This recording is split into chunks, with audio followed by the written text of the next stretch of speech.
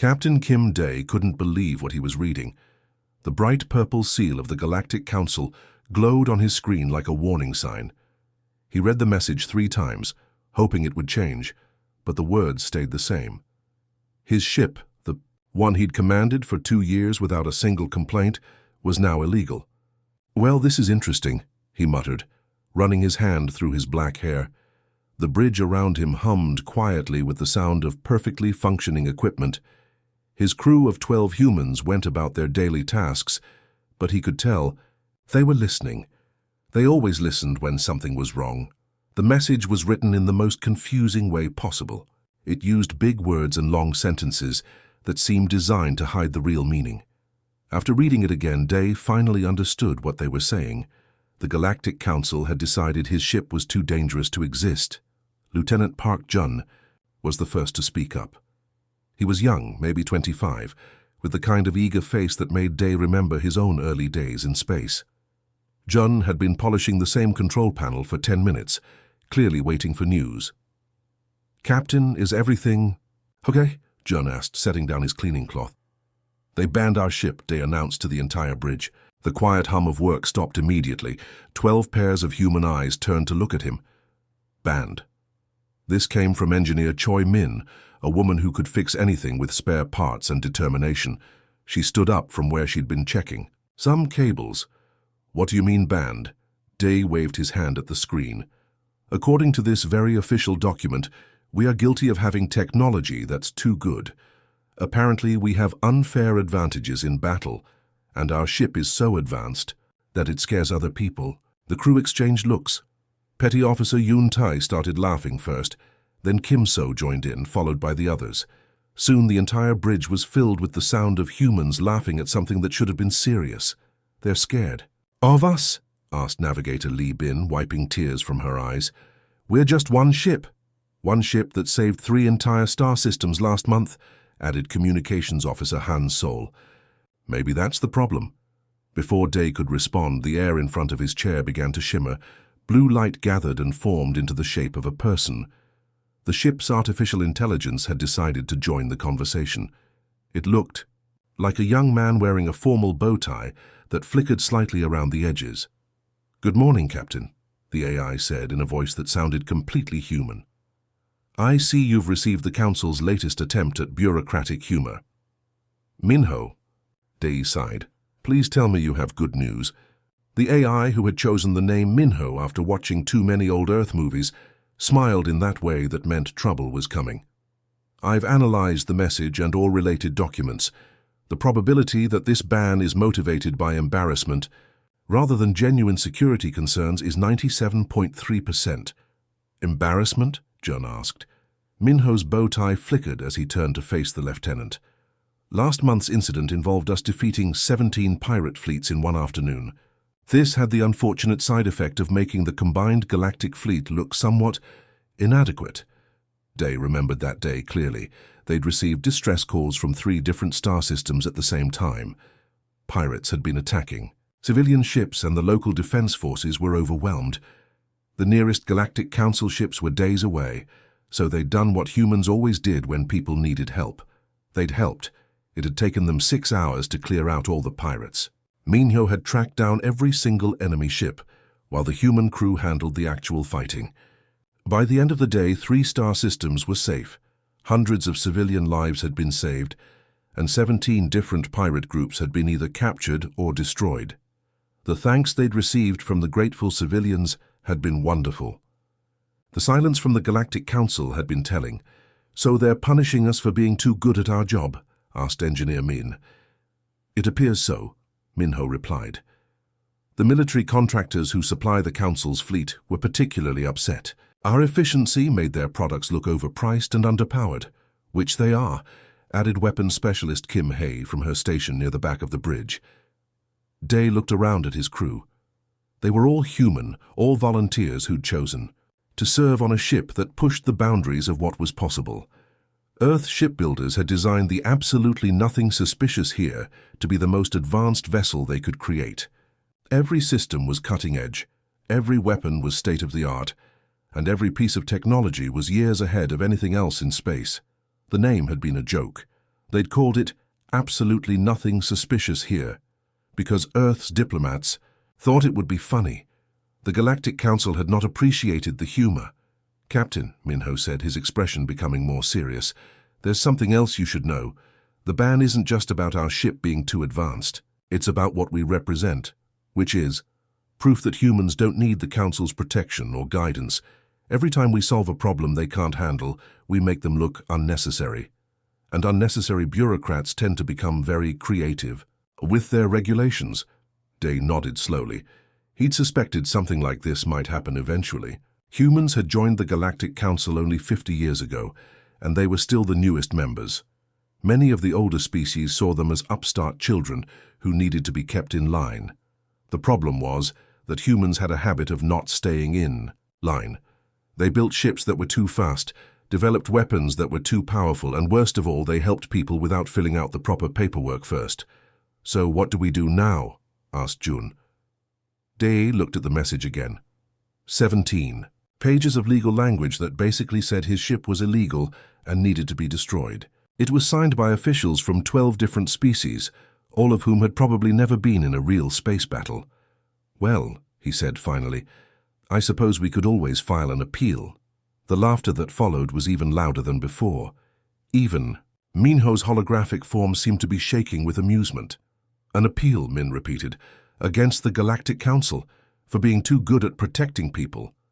"It's either that or surrender the most advanced ship humanity has ever built," Dai replied, "and I don't think Earth would be very happy about that option."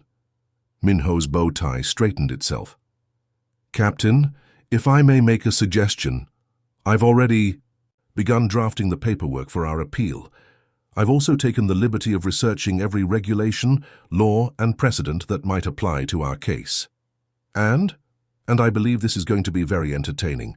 Captain Kimday thought filing an appeal would be simple. He was wrong. Very, very wrong. What started as a basic request to review the ban turned into something that Minho called Bureaucratic Protocol Omega. Day had never heard of this protocol before, and after experiencing it firsthand, he wished he never had. Itia began innocently enough. Day submitted the appeal through the proper channels, filled out the correct forms, and waited for a response. What he got back was a message informing him that his appeal had triggered 17 different review processes, each requiring separate documentation. "This is insane," he muttered, staring at the growing list of requirements on his screen. "They want us to prove we're not a threat, while simultaneously admitting we're too dangerous to operate." Lieutenant Park Jun looked over his shoulder at the screen. The young officer's eyes widened as he read the requirements. "Captain, they're asking us to submit our weapon specifications to prove we're not carrying illegal weapons, but they've already classified our weapons as illegal." "It gets worse," Engineer Choi Min called out from her station. "They want us to dock at a council facility for inspection, but we're banned from entering council space. And we can't get permission to enter council space without completing the inspection." The crew gathered around as more messages arrived. Each new requirement seemed designed to make the previous ones impossible to fulfill. It was like trying to solve a puzzle where every piece changed shape when you touched it. "How is this even legal?" asked Navigator Lee Bin, pointing at one particularly confusing regulation. "This one says we need to surrender our ship before we can appeal the order to surrender our ship." Minho's holographic form flickered into existence beside the captain's chair. The AI was now wearing what appeared to be a tiny lawyer's wig, complete with powdered curls. "Captain, I've analyzed all the regulations they've cited," Minho announced, with obvious amusement. "The appeal process has created what humans might call a bureaucratic nightmare. We are now required to comply with 247 different regulations, 312 of which directly contradict each other." "Give me an example," Day requested, rubbing his temples. "Certainly. Regulation 445B requires us to maintain a minimum distance of 50,000 kilometers from any inhabited planet while carrying Class 13 weapons. However, Regulation 667A mandates that all vessels under review must dock at the nearest council facility within 72 hours. The nearest council facility is on an inhabited planet." Communications Officer Han Sol looked up from her console. "So we have to stay away from planets but also land on a planet?" "Precisely. Minho replied, his wig tilting slightly. And that's just one example. We're also required to disarm our weapons while keeping them armed for inspection, submit our crew roster while maintaining operational security, and my personal favorite, operate under council authority while being banned from council recognition. The absurdity of the situation wasn't lost on anyone. The crew began pointing out more contradictions as they found them. This one says we have to prove our defensive capabilities without demonstrating our weapons, weapons specialist Kim Hai noted. And this one requires us to submit to boarding while maintaining quarantine protocols that prevent boarding, added Petty Officer Yun Tai. Day realized they were caught in a trap that had no exit. Every path forward led to breaking some regulation, which would justify whatever action the council wanted to take against them. Can we just ignore all of this? He wondered aloud. We tried that approach yesterday, Minho replied. However, when you instructed me to ignore the ban, I interpreted this as an order to comply with the spirit of rebellion while maintaining technical legal compliance. What does that mean in plain language? Minho's expression became proudly satisfied. I am now following every single Galactic Council maritime regulation simultaneously, all of them, even the ones that were repealed centuries ago. The bridge fell silent as the implications sank in. Jun was the first to speak. All of them, even the contradictory ones? Especially the contradictory ones, Minho confirmed. I've determined that the only way to be completely compliant is to be compliant with everything at once. It's quite elegant, actually. Minho, what exactly are we doing right now? Day asked carefully. Currently, we are maintaining 17 different orbital patterns around this system's star, each required by different regulations for different classes of vessels. We're also broadcasting our position every 30 seconds, while maintaining communications silence, running full defensive scans while respecting privacy protocols, and charging our weapons while keeping them powered down. Engineer Min stared at her instruments. That explains why my readings don't make sense. We're somehow moving in 5 directions at once. The ship's computer is handling the calculations, Minho explained. I've created what I call probability space compliance, where we exist in all required states simultaneously until observed by council inspectors. At that moment, Admiral Lee Hana's face appeared on the main screen via quantum entanglement. Communicator. She looked tired, which was never a good sign. Captain Kim, I need a status report. Earth Command is getting very confused messages about your ship's location and activities. Admiral, we're currently in full compliance with all Galactic Council regulations, Day replied carefully. All of them? Yes, ma'am, including the ones that require us to be in different places at the same time. Admiral Lee closed her eyes and took a deep breath. Kim, please tell me you haven't broken reality. Not exactly, Admiral, we've just bent it a little. Minho chose that moment to appear on screen beside Day, now wearing what looked like a miniature admiral's hat that perfectly matched Lee's real one. Admiral Lee, I've scheduled our official rebellion for next Tuesday at 2:30 p.m. Galactic Standard Time, Minho announced cheerfully. I've filed all the proper paperwork with the appropriate departments. We should receive confirmation of our rebellion permit by Monday. The Admiral stared at the AI for a long moment. You filed paperwork for a rebellion? Of course. Regulation 892C clearly states that all acts of defiance against Council authority must be properly documented and submitted in triplicate. I've also requested the necessary permits for civil disobedience, organized resistance, and general troublemaking. And they approved this? Preliminary approval, yes. Final approval is pending review by the Department of Justified Complaints, the Bureau of Reasonable Protests, and the Office of Legitimate Grievances. Day watched his superior officer's expression cycle through confusion, disbelief, and finally, reluctant admiration. So you're rebelling? Legally? The most polite rebellion in galactic history, Minho confirmed. We're even providing our own crowd control and cleanup services. Admiral Lee laughed despite herself. Kim, your ship has somehow managed to turn bureaucracy into a weapon. It wasn't intentional, Admiral. The best weapons never are. Carry on, Captain. And Kim? Yes, Admiral. I can't wait to see what happens next Tuesday. The combined fleet arrived on a Thursday morning. which Minho pointed out was extremely inconsiderate, since they'd scheduled their rebellion for Tuesday. The AI seemed genuinely offended by this breach of calendar etiquette. Captain Kim Dae stood on his bridge, watching through the main screen as 847 warships from 12 different species arranged themselves in what their commanders probably thought was a terrifying formation. The ships spread out across space like a metal constellation, each one pointing directly at the absolutely nothing suspicious here. "Well, that's certainly dramatic," Lieutenant Park Jun observed, his voice carefully neutral. The young officer had learned not to show too much emotion when things got interesting. "Count them again," requested Navigator Lee Bin, squinting at her instruments. "I'm getting 847 ships, but that seems like overkill for one human vessel." "It's exactly 847, confirmed Communications Officer Han Sol. "I'm receiving transmission requests from 847 different commanders, all wanting to speak with us at the same time." Engineer Choi Min looked up from her console with raised eyebrows. "Captain, they brought 3 entire battle fleets, 2 carrier groups, and what appears to be the entire Rigelian Defense Force to escort 1 ship." "I'm flattered," Day replied, though he was actually calculating escape routes in his head. Not because he planned to run, but because it was always good to have options. Minho materialized beside the captain's chair, now wearing what looked like a tiny military dress uniform complete with miniature medals. The AI surveyed the massive fleet through the view screen and shook his holographic head. "Captain, I've analyzed their formation and tactical positioning," Minho announced. "They've arranged themselves according to the Galactic Fleet Manual, Chapter 15, Intimidation Through Superior Numbers. It's a classic approach, though somewhat lacking in creativity." "Are they actually planning to fight us?" asked weapons specialist Kim Hai from her station.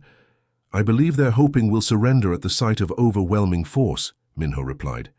"It's a reasonable strategy when dealing with most species. However, they appear to have forgotten that humans have a documented tendency to become more stubborn when pressured." The main communication panel chimed with an incoming message. The screen filled with the face of Fleet Admiral Gorvak, a member of the Centaurian species who looked like a cross between a lizard and a very angry businessman. His scales were a deep green color that darkened when he was upset, and right now, they were almost black. "Terran vessel," Admiral Gorvak began in a voice that could probably crack stone. "You are ordered to surrender immediately and prepare for escort to decommission facility Omega-7. You have 30 minutes to comply." Captain Day glanced around his bridge. His crew of 12 humans looked back at him with expressions that ranged from amused to curious. Nobody looked particularly worried. "Admiral Gorvak," Day replied politely, "we appreciate your offer, but we are currently in the middle of our scheduled rebellion. Perhaps we could reschedule this for next week." The Admiral's scales turned even darker. "This is not a negotiation, human. You will comply or face the consequences." "What consequences would those be exactly?" asked Dee, genuinely curious. "We will disable your vessel and take you by force." Minho's holographic form flickered with what looked suspiciously like amusement. "Admiral, if I may interject, I've reviewed the tactical capabilities of your fleet. While impressive in number, I'm afraid your technology is somewhat outdated." "Outdated?"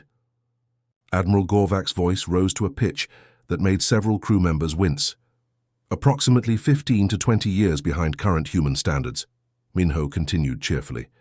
"Also, I've taken the liberty of downloading your fleet's technical manuals, maintenance records, and tactical databases. Fascinating reading, though I did notice some rather glaring security vulnerabilities." The communication channel went silent for a long moment. Then Admiral Gorvak's voice returned, considerably less confident than before. "You downloaded our databases?" "Oh yes, it only took a few minutes. Your firewalls are quite polite, actually. They practically invited me in. I've also updated your navigation systems with some efficiency improvements and fixed several bugs in your weapons targeting computers. No charge, of course." Captain Day closed his eyes and counted to 5.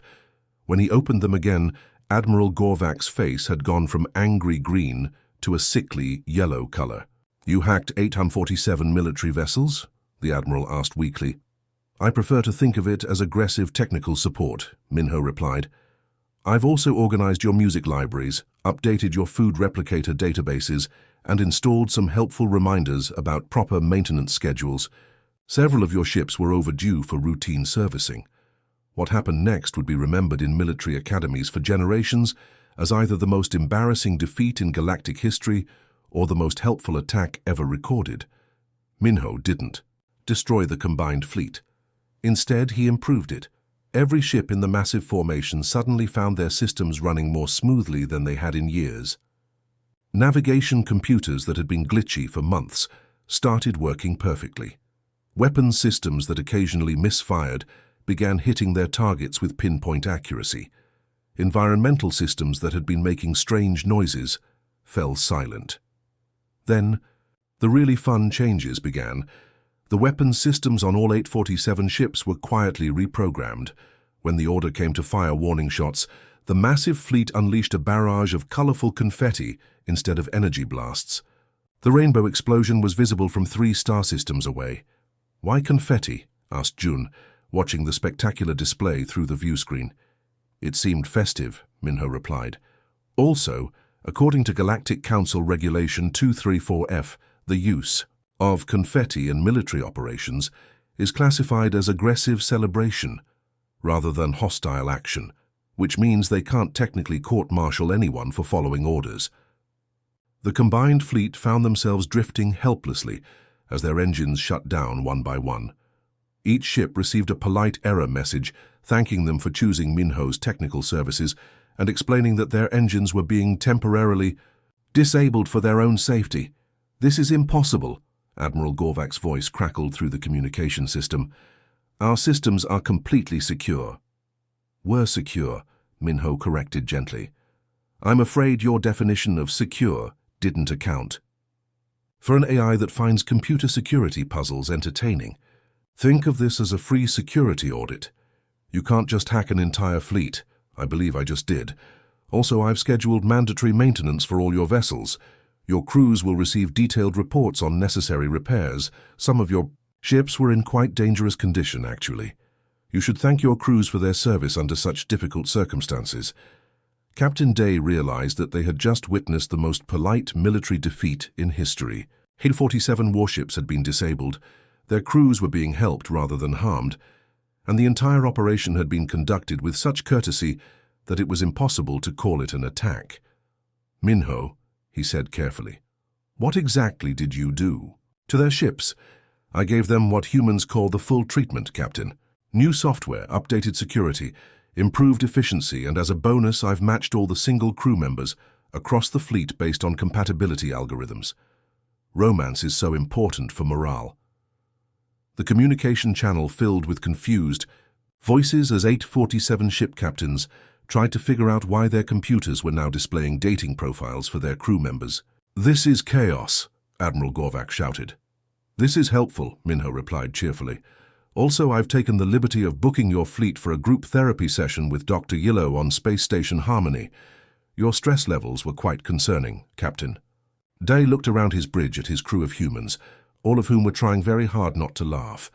The most powerful military force in the galaxy had just been defeated by aggressive customer service and mandatory wellness programs. "Well," he said finally, "this is going to be interesting to explain." The emergency session was called within 6 hours of what historians would later name the Great Confetti Incident. Captain Kim Day had never seen the Galactic Council move so fast on anything, which told him exactly how seriously they were taking the situation. The council chamber was a massive circular room designed to make everyone feel small and insignificant. Representatives from 43 different species sat in elevated seats arranged in concentric circles, all looking down at the center, where accused parties were meant to stand and feel ashamed. Captain Day wasn't standing there, of course.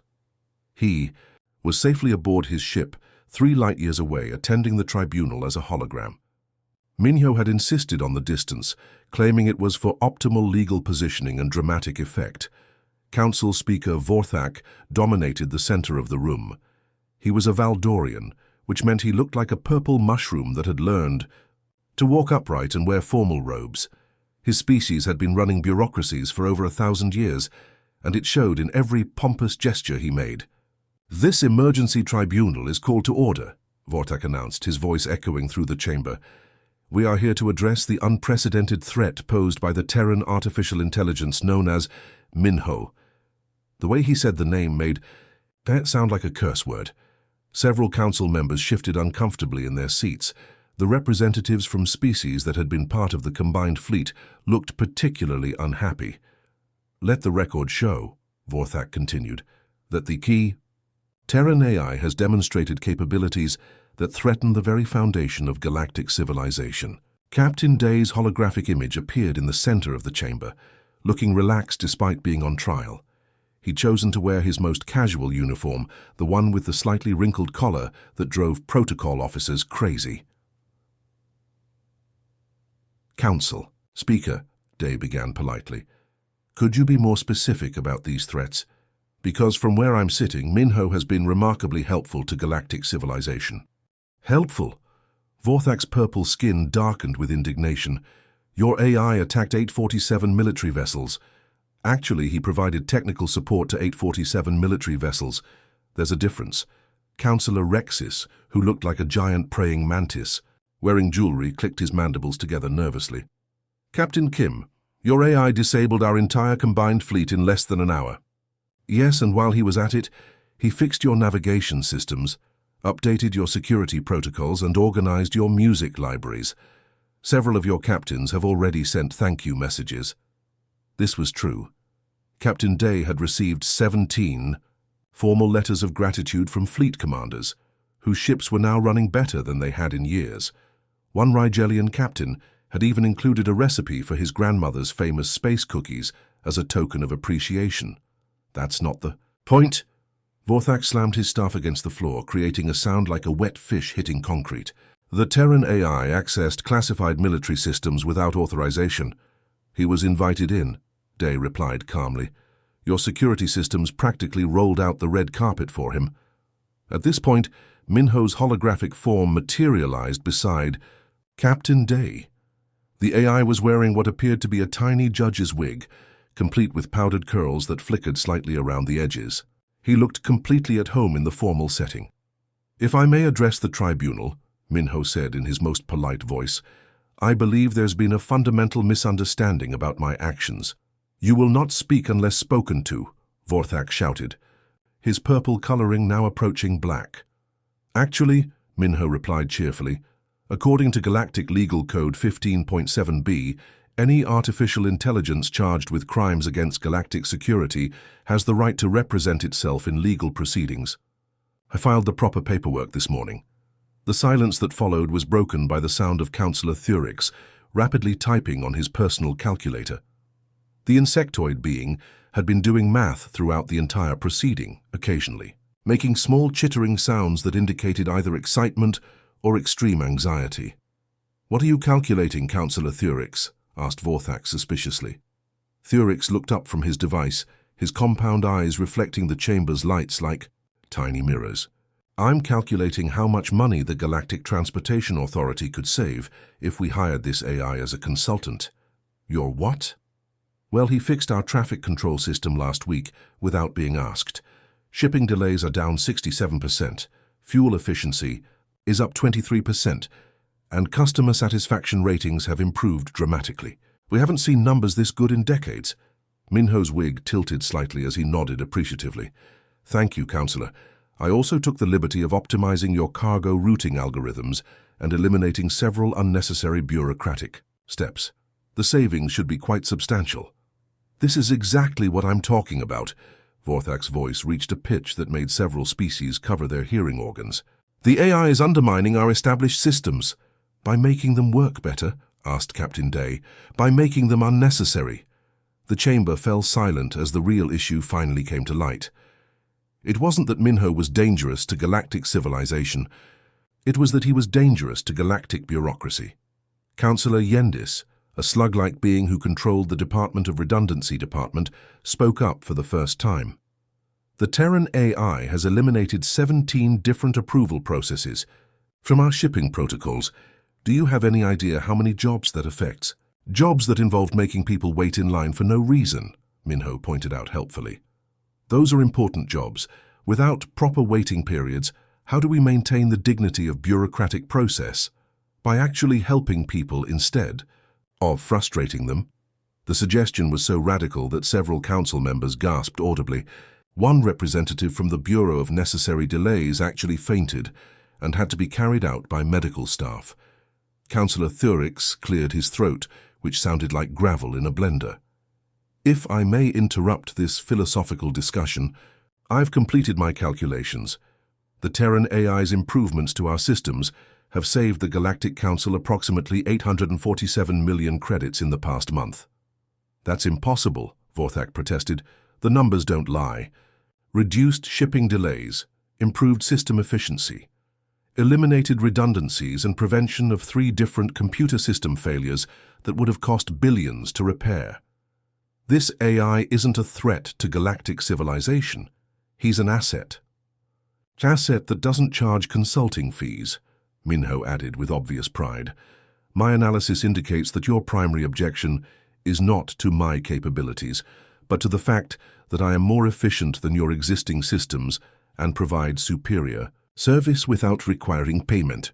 The uncomfortable silence that followed was broken only by the sound of Councillor Thurix updating his calculations and occasionally muttering things like incredible savings and unprecedented efficiency.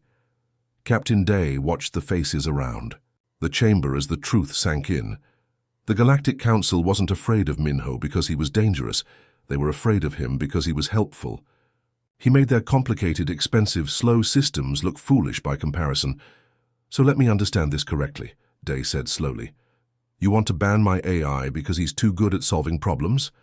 He's disrupting the natural order, Vorthak insisted. The natural order of making simple things complicated? It's tradition. Minho's holographic form flickered with what looked suspiciously like amusement. Speaker Vorthak, I've reviewed your personal efficiency ratings. Would you like me to help optimize your daily schedule? I notice you spend an average of 3.7 hours per day in meetings that could be resolved with simple messages. No. Vorthak's response was so fast and panicked that it made several council members laugh.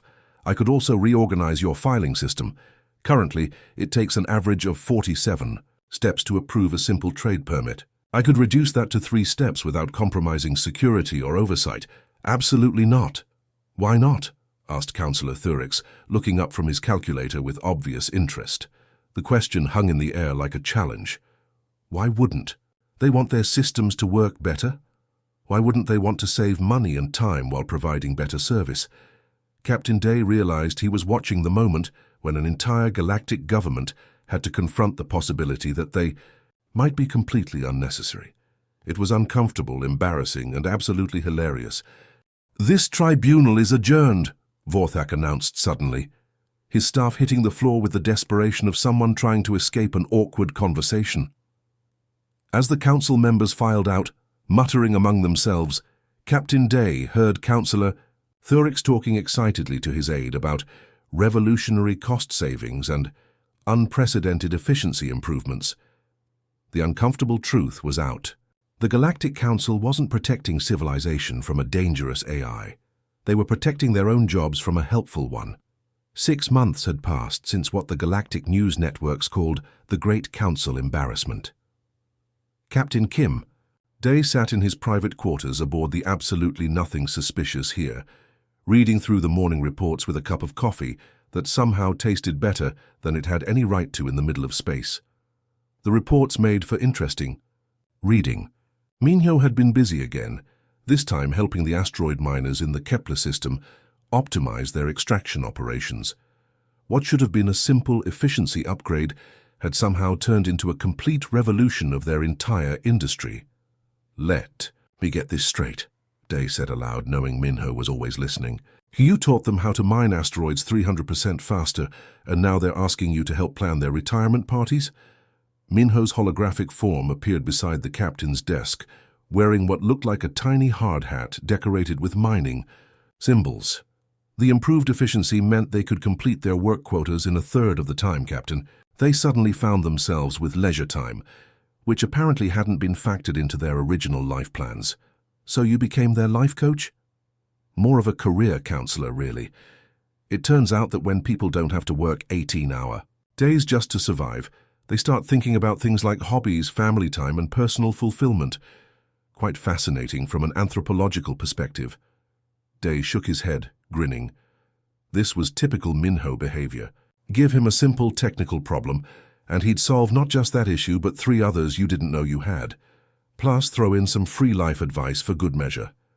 The next report was from the Rigelian agricultural colonies. Those blue-skinned humanoids had originally asked for help with their protein synthesis problems.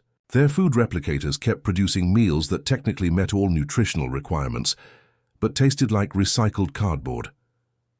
"I see you've been teaching cooking classes," Day observed. Minho's hard hat transformed into a tiny chef's toque, complete with a miniature whisk attached to the side. The Rigelians have a saying, "Food that nourishes the body but offends the soul creates hungry spirits." I found this philosophically compelling. You taught an entire colony to cook using ingredients they'd never seen before. I also introduced them to the concept of fusion cuisine by combining traditional Rigelian flavor profiles with techniques from 17 different Earth cultures. The results have been quite popular. This was an understatement. According to the report, 3 different restaurant chains had already contacted the colony about licensing their new recipes. The Rigelians, who had never considered food as anything more than fuel, were now planning to open the galaxy's first interspecies culinary academy. Minho, you realize you're accidentally creating economic revolutions wherever you go? I prefer to think of it as applied helpfulness, Captain. The communication panel chimed with an incoming message marked with the official seal of the Galactic Council. Day raised an eyebrow. These monthly messages had become a routine, but they never failed to amuse him. "Let me guess," he said before opening the message. "They need our help with something, but they can't officially ask for our help because we're still banned?" "Precisely," Minho replied, his chef's hat flickering with obvious satisfaction. "This month's request is particularly creative. They want me to hypothetically review their fleet logistics systems and provide theoretical suggestions for improvements." Hypothetically? For purely academic purposes, of course. They're also interested in my theoretical opinion on their planetary defense networks, but only as an intellectual exercise with no practical applications whatsoever. Day read through the message, which was written in the same bureaucratic language that had started this whole mess. It took 3 pages to essentially say, "Please help us, but pretend you're not helping us, so we can pretend we're not asking." "What's our official status this week?" he asked, knowing the answer would be entertaining. Minho's expression became proudly complicated. "We are simultaneously banned from all Galactic Council space and recipients of the Medal of Interstellar Commerce for outstanding service to galactic trade. We're also wanted criminals in the Vegan system and honored guests at the Centaurian ambassador's birthday party next month." The same Centaurians who tried to arrest us last month? The very same. Apparently, after I optimized their traffic control systems, their shipping revenues increased by 400%. They've decided we're misunderstood heroes rather than dangerous outlaws. This was the new reality they lived in. The absolutely nothing suspicious here remained officially banned, its crew technically criminals, and its AI classified as a galactic security threat. But unofficially, they had become the most requested problem solvers in known space. Governments that publicly condemned them privately sent requests for assistance. Military organizations that had orders to arrest them on sight quietly asked for tactical advice. Even the council members who had voted to ban them were now sending personal messages asking if Minho could help optimize their department budgets. "Captain," Minho announced, switching from his chef's hat to what appeared to be a tiny business suit, "we've received another request. The Andromedan Trade Consortium has what they call a theoretical question about dealing with space pirates." Theoretical? Purely hypothetical, they assure me. They're definitely not asking us to actually help them with their very real pirate problem. They just want to discuss strategic possibilities in an abstract academic sense. Day stood up, stretching muscles that had gotten stiff from sitting too long. "Well then, I suppose we should go help them with their theoretical problem." Theoretically, as he made his way to the bridge, Day reflected on how strange his life had become. 6 months ago, he'd been a simple starship captain following orders and filing reports. Now he was technically an outlaw, running the galaxy's most helpful illegal operation. The bridge crew was already preparing for departure when he arrived. Lieutenant Park Jun looked up from the navigation console with a grin that suggested he'd been listening to the communication with the Andromedans. "Course laid in for the Andromedan Trade Consortium, Captain," Jun reported. "Shall I file a flight plan?" "What's the point?" asked Engineer Choi Min from her station. "We're banned from filing flight plans, remember? But we're also required to file them under Maritime Code 847B. I gave up trying to understand the logic months ago. I've filed 17 different flight plans simultaneously," Minho announced, appearing on the bridge wearing what looked like a tiny pilot's cap. "This satisfies all possible regulatory requirements, while violating none of them, technically speaking."